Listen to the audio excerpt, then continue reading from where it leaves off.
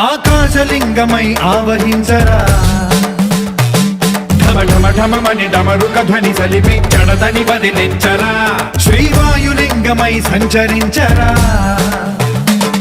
అణువణువున తన తనువున నిలిచి చలనమే కలిగించరా భస్మం చేసే అసురునే